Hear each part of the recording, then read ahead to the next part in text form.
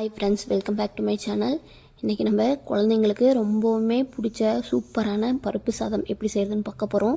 8 மாதத்துக்கு மேலே இருக்க குழந்தைங்களுக்கும் கொடுக்கலாம். வாங்க பார்க்கலாம். ஒரு குக்கரில் ஒரு 2 டேபிள் ஸ்பூன் போல் நெய் விட்டுக்கோங்க. நெய் விட்டு காஞ்சதும் கொஞ்சமாக கடுகு, ஒரு 4-5 சீரகம் போட்டு பொரிய விட்டுருங்க. கேரட், பீட்ரூட் ரெண்டையும் கழுவிட்டு 1 டேபிள் ஸ்பூனை துருவி எடுத்துக்கோங்க. துருவி எடுத்து இப்போ சேர்த்துக்கலாம். சேர்த்துட்டு நல்லா கலந்து விட்டுருங்க.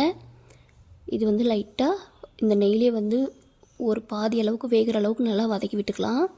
இப்போது அரிசி, பருப்பு, நான் பாசி பருப்பு தான் சேர்த்துருந்தேன். ரெண்டுமே பாதி பாதி அளவு எடுத்து ஒரு அரை மணி நேரம் ஊற வச்சுருந்தேன். இப்போ அதை சேர்த்துக்கலாம்.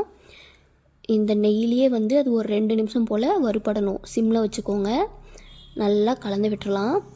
நான் ஒரு டம்ளரில் பாதி டம்ளர் அரிசி, பாதி டம்ளர் பருப்பு ரெண்டுமே ஒரே அளவு எடுத்துருந்தேன். இப்போ நம்ம தண்ணி ஊற்றுறத பார்த்திங்கன்னா, நான் 1 டம்ளர் அளவுக்கு மொத்தமாக இருந்தது. நான் 2.5 டம்ளர் அளவுக்கு தண்ணி ஊற்றிக்கிறேன். இந்த அரிசி பார்த்திங்கன்னா பச்சரிசி தான், அதனால் சூப்பராகவே வெந்துடும். அதனால் எனக்கு 2.5 டம்ளர் போதும். உங்களது புழுங்கரிசி அப்படின்னா நீங்கள் 3 டம்ளர் தண்ணி கூட ஊற்றிக்கலாம். இப்போது கொஞ்சமாக பெருங்காயம் ஆட் பண்ணிக்கோங்க. அப்புறம் உப்பு சேர்த்துக்கோங்க. 1 வயசுக்கு மேலே இருக்க குழந்தைங்க அப்படின்னா உப்பு சேர்த்துக்கலாம். நான் என் பேபிக்கு 1 இயருக்கு மேலே ஆகிடுச்சு, அதனால கொஞ்சம் உப்பு சேர்த்துக்கிறேன். இதை நானுமே சாப்பிடுவேன். இதில் கொஞ்சமாக பெப்பர் ஆட் பண்ணிக்கலாம். பெப்பர் ஆட் பண்ணிவிட்டு நல்லா கலந்து விட்டுருங்க. எப்பயுமே நம்ம கொஞ்சமாக செய்யும்போது ஒழுங்காக வராது இல்லையா, அதனால் நம்மளுக்கு கொஞ்சம் எக்ஸ்ட்ரா சேர்த்து செஞ்சுக்கிட்டேன். நான் என் குழந்தை சாப்பிட்டு மிச்சானதை நான் சாப்பிட்டுப்பேன்.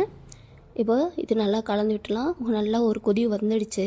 இந்த டைமில் குக்கர் மூடி போட்டு விசில் போட்டு 2 விசில் விட்டுட்டு 3ஆவது விசில் சிம்மில் வச்சு விட்டுக்கோங்க. சூப்பராக வெந்து வந்திருக்கும். இப்போது என் பேபிக்கு மட்டும் தனியாக எடுத்து அதை நல்லா மசிச்சுக்கிறேன்.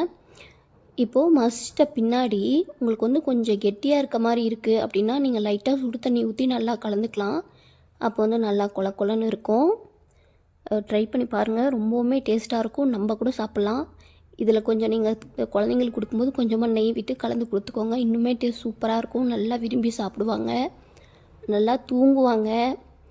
அப்புறம் உடம்புக்குமே ரொம்ப ரொம்ப நல்லது. இந்த மாதிரி வீடியோஸ் வேணும்னா நம்ம சேனலை சப்ஸ்கிரைப் பண்ணிக்கோங்க, லைக் பண்ணுங்கள்.